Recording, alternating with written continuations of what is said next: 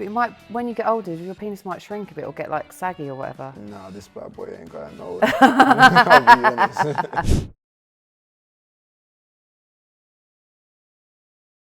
you ever done that before? Yeah, a couple of times. 3 in a bed? Yeah. How do you fit in there? We make it work. Do you fall asleep afterwards though if it's 3 in a bed? Yeah. I don't know if I'd be able to fit. What happens if someone does a starfish?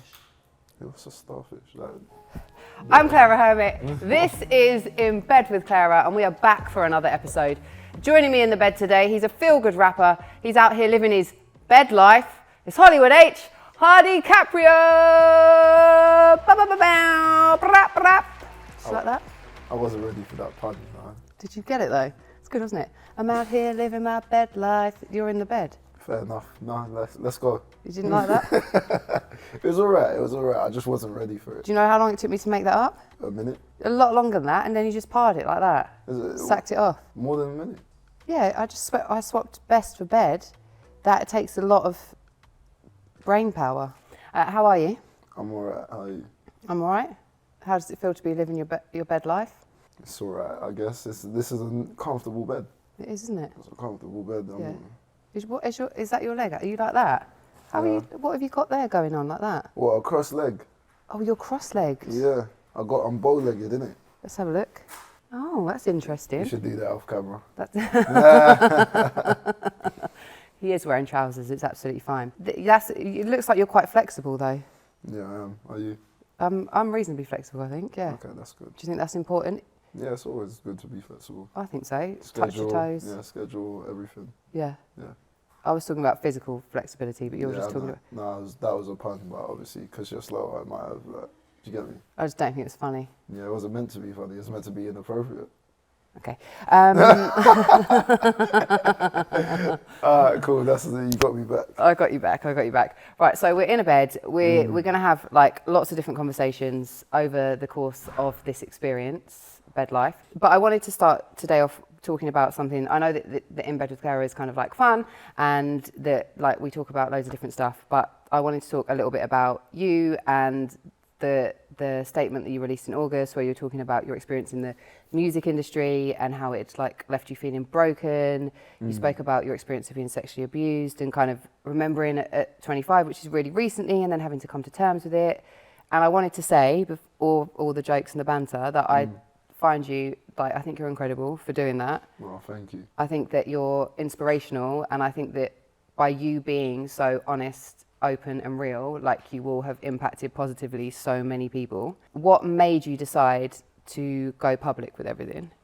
I felt like for everything, I've always been like a transparent character in my music. Like, I'm ready to tell you like everything. Like, when I was coming up, like, I would tell them, yep, me and Sam are in this Audi A1, like every little aspect of my life I would bring my audience in with me. And where I'd had so much time away because I was learning about myself, I was like, do you know what, if I'm living as a person that I want to be, it's not just the good, and you got to show every aspect of yourself, because I think, like you said, it allows people to find strength in you, because I felt when I learned that about myself, I knew that other people hadn't spoken about it. So it was like, yo, am I the only one? And then I was just like, if I am the only one, then like, so be it. Or should I say, if I'm the only one in my industry, I'll be the first one to say it then. Were you ever, were you scared about what people's responses would be? Because I guess there's stigma attached to it in two separate ways. One, you're a musician in the music industry, and now it's like, okay, if I come out and say this about the music industry, how's that going to impact my career? So that's like the first one. And number two, I guess when it comes to talking about sexual abuse, it's difficult for anybody, but I think especially difficult for men as well.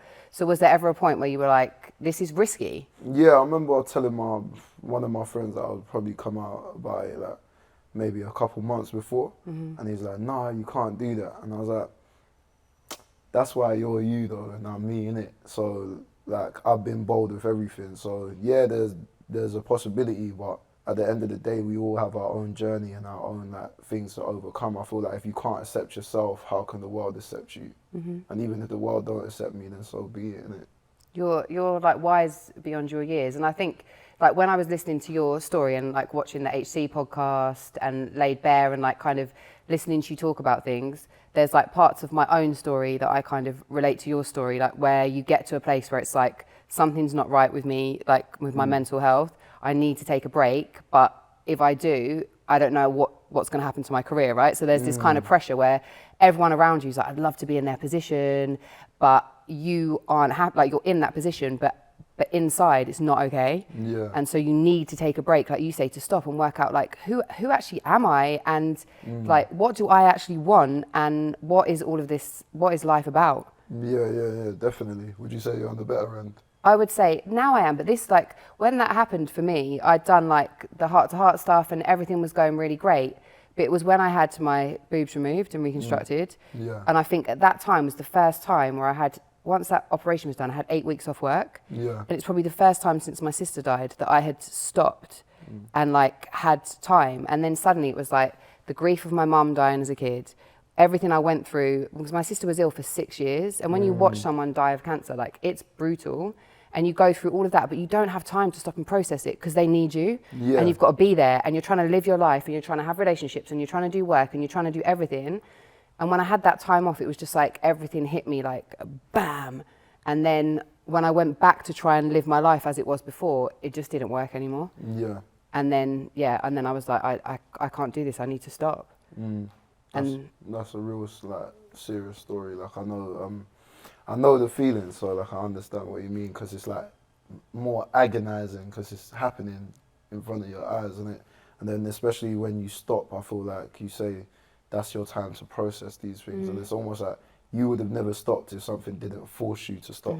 So it's like I understand your story, and I feel like as long as you know that and you have time to process it, you just got to roll with the punches, which you're doing, which I really respect and commend. But that's why I respect you as well, because it's like, even you having that kind of, that memory come back to you at 25, you could have just pushed it down and been like, no, I'm not going to address it, I'm not going to, but you didn't. You stopped and was like, no, regardless of what position I'm in right now, how well I'm doing, you know, what everyone else thinks of me, I have to do what's best for me. And not a lot of people do that, you know, like a lot of people will just drink more, smoke more, like fuck more, like do whatever it is that's their like masking of their emotional issues. So I think to actually have the courage, because to be that vulnerable and address that stuff, that's courageous to me. Thank you, I appreciate it. Yeah. Yeah, I think we just got to keep on pushing, innit? Like, it's good for us to set an example for the future generation, innit? Especially because only gets worse if you run away. Yeah. But also what I love about you is that this doesn't define you. Like, it's just one tiny piece of the Hardy Caprio puzzle. Like, that's all it is. It's not like, you know, this, it kind of feels like you needed to say it, and then now you can move on to the next part of your journey. But until you processed that and did that, you couldn't have done that. Yeah, exactly. Yeah. That's exactly how I felt. Yeah, you had to get it out there. And there is like a lot of stigma attached to it, especially men talking about their mental health. What do you think men need to understand to make it easier for them to express their truth? I think it's a very difficult thing to really, really get to grips with, because, nowadays the male suicide rate is rising quite highly. I saw a video the other day about like men from single mother homes. So I wasn't exactly from a single mother home, but my mum raised me a lot because my dad was away a lot. And I think it's kind of accepting there's going to be some feminine energy about us, and not letting that define you, and kind of learning what it takes to, I don't want to say like just be a stereotypical man, but learning what it takes to thrive in this modern day world as a man. And I think if you can't accept yourself, you won't be able to take the necessary steps. So like for me, I know that I have emotions, I can be emotional, but it doesn't mean now every decision that I make is going to be an emotional decision. We all have masculine and feminine energy, and it's really important to have both, because what happens if you don't feel your emotions is you become a dysfunctional human. Like, that's what I think. 100%. So I actually think the fact that you're like really emotionally intelligent and very emotionally aware, self-aware, and able to express your emotions. And I think that is something that not a lot of men have. Not because they can't, but just because they're taught that it's like, it's weak to show your emotions, or men don't have emotions, or, but it's actually part and parcel of being a human. You can't avoid it. Yeah. Did you find that experience of kind of like being honest and just saying what you had to say quite like cathartic and liberating? Like, once you pressed send on the tweet or whatever? Were you just like, Nah, you know, I had to deal with some stuff after that. Like, I felt like my life started changing quite quickly. yeah, And I felt like the people that needed to be out of my life cleared them out? Yeah, were coming out quite quickly. So it wasn't like, oh, you done it and now you're better. It was more, okay, now I've got to deal with the aftermath of that, because it's a polarizing comment, isn't it? So literally, like, I just picked myself up. I started like working out. I started like making sure I didn't let it defeat me, sort of thing. So I was like just going gym a lot, just doing a lot of things and taking care of myself like I should have been. What do you do now on days where you don't feel great? Do you have like coping strategies? You mentioned exercise, like, because I've heard you say loads of times that you're a workaholic, but if you wake up and you're like, oh, I don't actually feel great today, what do you do? It's all really subjective based on what I need to do. So if I need to get something done and it's like maybe for the bigger picture, I can process my emotions, and maybe like I might not do it right away, but I'll go for a walk, or I'll have a conversation with someone that kind of gives me good energy as well, and then I'll just push myself to do it, because I do think like it's just being able to take care of yourself. It's not working like 15 hours a day. I know when to separate now. So I know like, do you know what?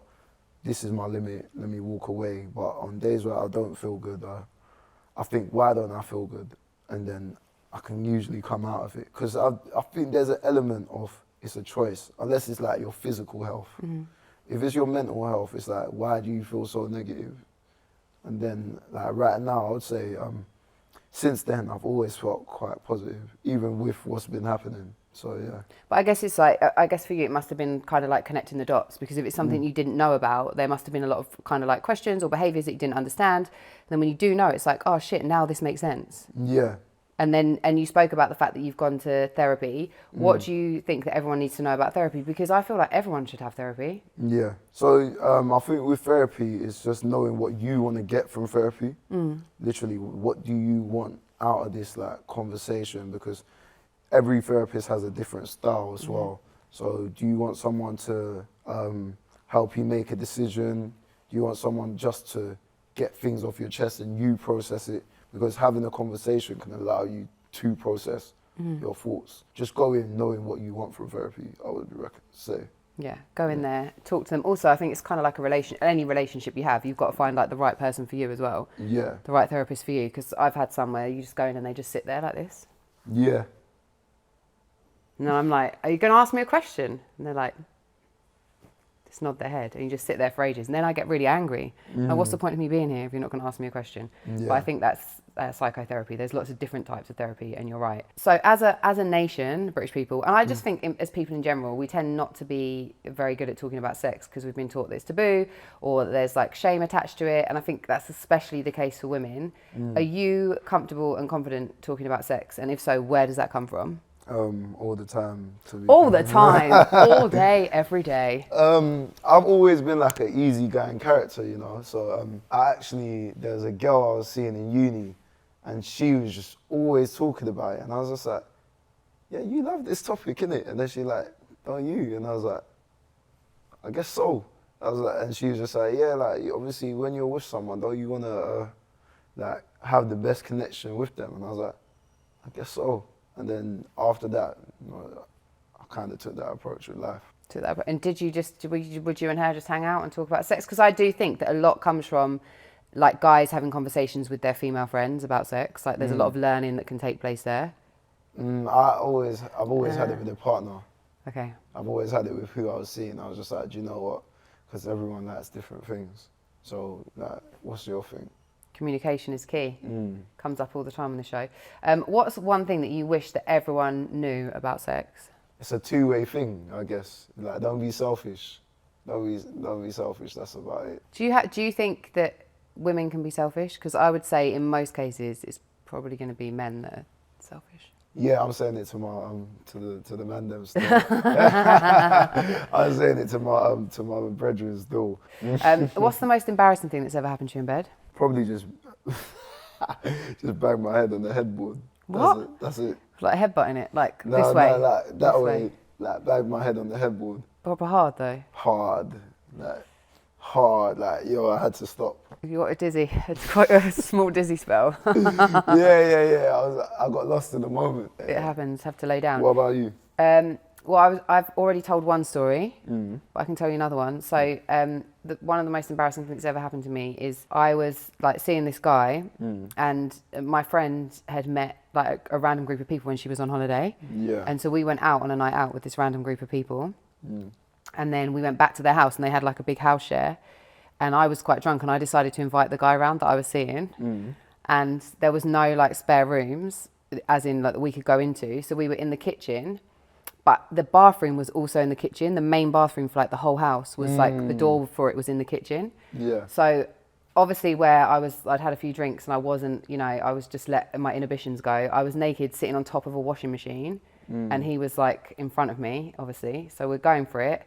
And then we hear like the door start to, and he literally like threw himself against the far wall. I jumped off the washing machine, was like trying to cover like myself, and this guy that I've never seen before because this was a house share opened the door, and I don't know if he saw the guy that I was with. He just looked at me and then he was like, oh, and then just like slammed the door and ran away. And then I was like, this is okay, I'm gonna have to put my clothes back on now, and I'm also in a stranger's house, and yeah, that was quite embarrassing for me. Yeah, that's a little bit tense. But it wasn't banging my head on airboard. Yeah, it's not that bad. What's the wildest thing that you've ever done in bed? I don't know. I don't really think I'm that wild, I think I'm just a straightforward Kind of guy. Yeah, I'm a straightforward kind of guy, There's nothing a little bit. Nah, I'm not really that. I'm not really that, Just keeping it. Have you had sex with more than one person at a time? Yeah. Because I think that's wild. To me, that's wild. Is that wild? Yeah. Oh, okay. It depends what you think is wild, innit? Like, I don't know what I do if what I do is wild. Well, I okay, maybe, yeah, but I think having a threesome is quite wild. Oh, there you go. That's your wildest thing? I guess so. Approved by me. Because like the dynamics, I just think the dynamics are weird. Why? Because if there's, when it's two people, it works, right? You're either like taking it in turns or you're like pleasing each other. When there's a third person, someone must get left out at some times. Yeah. And what do they do? I guess they fake it, innit? Just what? That's not Just my... watch. Just watch. Yeah, no, that's not my problem. What's the weirdest thing that's ever happened to you in bed? Oh, gosh. Fam. It's just someone just saying, but you're not going to have a relationship with me, though. And I was like, is this what is on your mind right now? Well, why are you having sex? They said that. Yeah. I was like, yo, this is just ruining my experience. You're ruining my experience now. And then I stopped. Killing the vibe. Killing the vibe. Killed the vibe. Why was she saying that, though? Because what was it, just a one night thing? And then she was like, "Mwah." I don't know, like, we might have had something after, but you just ruined it because you got anxious. You wanted too much at one time. And don't you think, like, maybe that's a conversation she could have had with you, but maybe not? Not during. Ask for a relationship. Mid-thrust. It was like at the start, like I was like, wow. Do you have a fantasy? No, I'm just an outdoor person, to be honest with you. An outdoor person? Yeah, that's like my thrill. That's why you came here wearing camo. It's half your wardrobe. Sneaking in the bushes and shit. Yeah. Is that your thing? But could you like that because you're the excitement of getting caught? Yeah. Where are some of the places where you've had sex outdoors? I don't want to say anything on camera, personally. Okay, cool. Outside, but can you just specify if it's like in a woods? Oh, do you want to know fun facts? Go on, hit me. Oh, I rapped about it when I was younger. Like that was. I don't want to go into this story no more. What? You rapped about it when you were younger. The lyrics are probably out there somewhere. They are. They're like in my What happened in the woods? Oh. If you go down to the woods today. No, do you know what it is? Yeah, Adderton, where I'm from, is mostly woods. Oh. Do you get me? So when people used to like sneak out after school, it's like we go to the woods. Go to the woods. But now, like as you're getting older, you realise that wasn't right. No. Nah, that's not right. Probably a little bit risky as well, just sneaking around in the woods. There was even a sofa in the woods, I think, that everyone would use. I wouldn't use it, personally. Hygiene. I Hardy wouldn't, Caprio, no, hygiene. I wouldn't use it personally, but there was a sofa in the woods. It's a sofa in the woods for having a quick bunk up after school. Not anything that I would do personally. No, but maybe that's where your love of the outdoors comes from. Maybe, you know, From growing up in Addington, having those experiences. started too early. What's your best advice for being good in bed? Just talk to the person, what do you like, and get an understanding. And if they're kind of new, then teach them a few things, innit? Would you give them tips and techniques Tips and techniques, yeah. in certain areas? Yeah, like, you get me? Like, I listen to a lot of DBE. That's all I can say. Okay. I listen to a lot of DBE. And then you replay that information? No, I'm just on the same vibe as them. You get what I'm trying to say? It's just that I don't make DBE music, so I'm gonna like. You never know. Time could come. You could make a track and then everyone could learn from you. Hardy Caprio, Sexpert. That's what it's called. Not yet. Not just yet. In a few years. Maybe. Do you have a favourite position? Oh, it depends on the girl, you know. Yeah, but what's... Like, do you get me? It depends on the girl, because like there's some like visual stimulation, there's some like physical, like it's the combination. You get what I'm trying to say? Like, if you're packing, then like you get me, then it's obviously from the back, and then if you're not, then maybe it's from the front. It's like, how pretty are you? Like, maybe if you're pretty, then maybe it's down below. Like, do you get me? Me personally, I would say I don't have favorites. I love everyone equally, except the person I married. Then they'll be my favorite, I guess. You'd love them a bit more. If I get married. Are you confident naked? Yeah. Have you always been confident naked? Yeah. I'm kind of a confident person. I don't know what to say. I don't know if it's confidence or I don't have shame. It's a bit of both. That's good. Yeah. Isn't What it? about you? No way was I always confident naked. I think it's taken me a long time to be confident naked. Oh, okay. Just because I think when you grow up, especially as a woman, there's like all of these beauty standards that you're supposed to have, and you feel like you don't compare to that. And then, and also I think that's why a lot of women, when it comes to sex as well, like it's really hard to enjoy sex, especially when you're younger, because you're so worried about like what does my stomach look like, what do my thighs look like, especially also like your vulva as well. Like you don't see, it's not like you see loads and loads of vaginas, and the ones that you do are like porn star vaginas, so they all maybe have had like look a certain way, or they've all had surgery to look a certain way. So it can make you feel really uncomfortable. I get what you're saying. Like I probably would have used to say that I didn't like head, but it wasn't. Actually, I do really enjoy it now, but at the time, it was because I was so in my head worried about like what that person's experience was. Like, is my vulva normal? Is it weird? Are they judging me? So it means that you can't just enjoy things. And I think as women, we're always taught to be so focused on our physical appearance and the importance of it, that it's really hard to just be confident. Now, couldn't stop me. Love being naked, me. That's good. I'm happy for you. Thanks. What's your favourite body part? I've got like a perfect penis, you know. I've got like, I'll be honest, I've got like, you know, if they sold like a replica. They like, do. They sell loads of replicas. Like if they made a replica of mine, like it would sell out like all the time. What are the attributes of a perfect penis? It's just like a great width. It looks healthy. It's no foreskin. It's quite clean. Like, do you get me? Quite clean. It's quite clean still. Good length.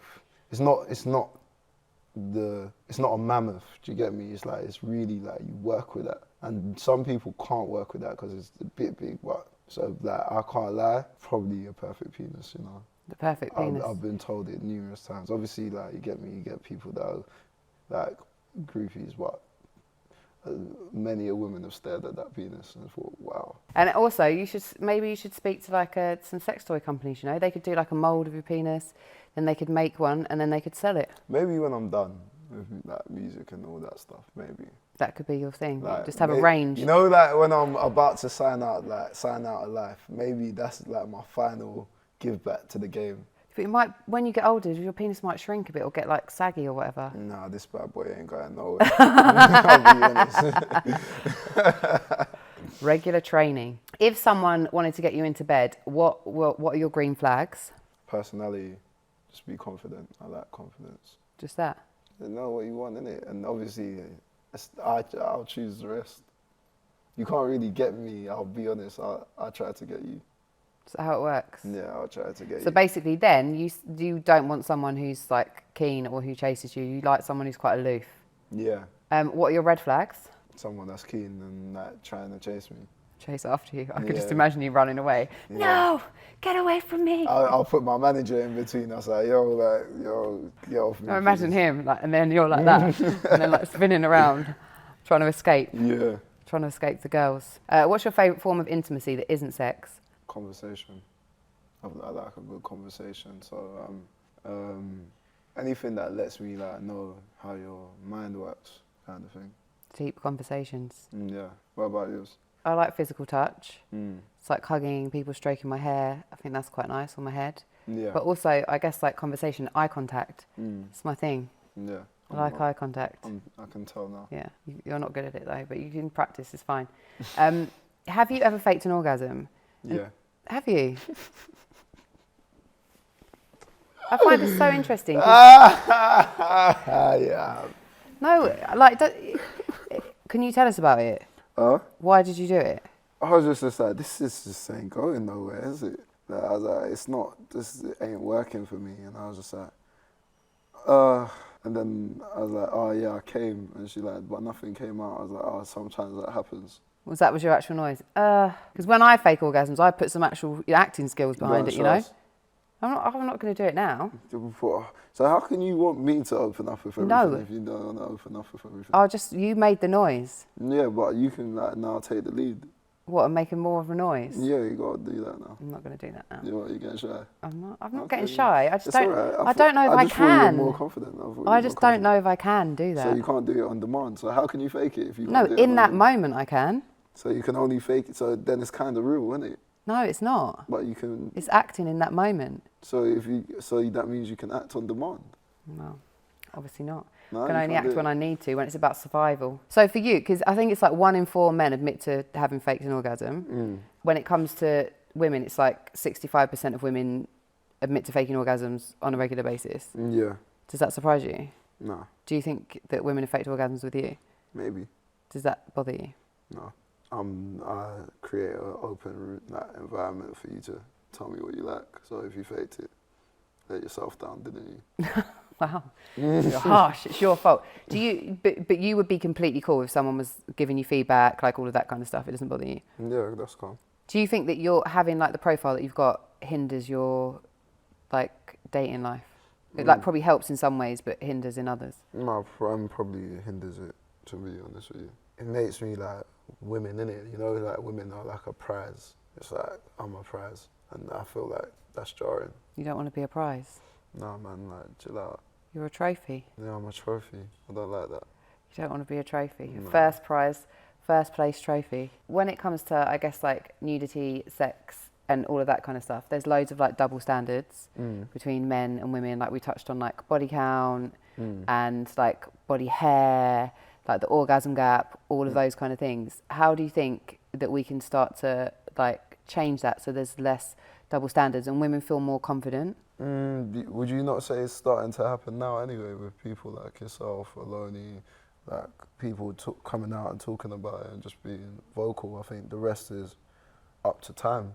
I feel like really that women have done a great job in like snatching back the power and like making it 50-50. Snatching back the power with our snatches. One step at a time. You were going to do it with that hand then? Yeah, I was thinking about it. You know? I try that with that hand. No. This one. It would have been a bit so awkward, weird. Isn't it? Yeah, It would have been really awkward. Yeah. Look, it's been a pleasure to have you in the bed. Have you enjoyed it? Yeah. Did you? You don't sound too sure. Did you? Or did you fake it? I might have faked it. I might have faked it a couple of times. You know, I can do more than one fake in a row as well. Does it? Not anymore. No? No, that's the thing from the past now. See, I don't believe you because you're not doing it on camera. Why do you just want to hear the noise? Yeah, I just want to hear the noise, to be honest. I feel like we all do. You want to hear the noise? Yo, do you want to hear the noise? You want to hear the noise? Do the noise. Do the noise. Do the noise. Do the noise. Do the... Go Oh, on. I'm being bullied into making an orgasm.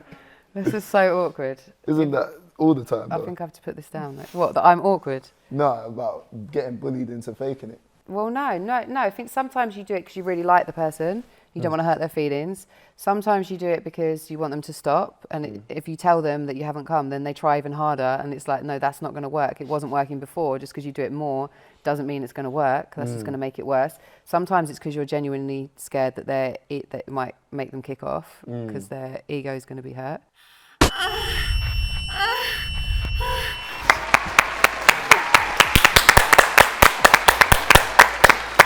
Can I get an Oscar now? Yeah.